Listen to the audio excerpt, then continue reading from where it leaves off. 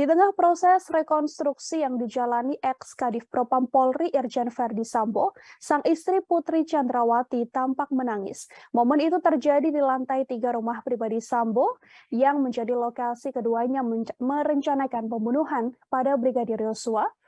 Dalam momen itu Putri menangis dan terlihat mengusap air matanya. Di samping Putri, Verdi Sambo yang mengenakan baju tahanan dan tangannya diborgol, terlihat mencium kening sang istri. Verdi Sambo juga mengelus wajah sang istri seakan menenangkannya.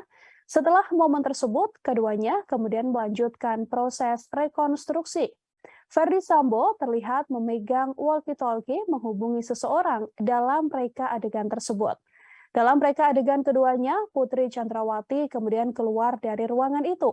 Kepala Divisi Humas Mabes Polri Irjen Deddy Prasetyo menegaskan ada setidaknya 78 adegan rekonstruksi yang berlangsung di dua tempat, yakni di Jalan Saguling dan di TKP Rumah Dinas Irjen Verdi Sambo. Seluruh tersangka juga hadir dalam proses rekonstruksi tersebut. Terima kasih sudah nonton. Jangan lupa like, subscribe, dan share ya.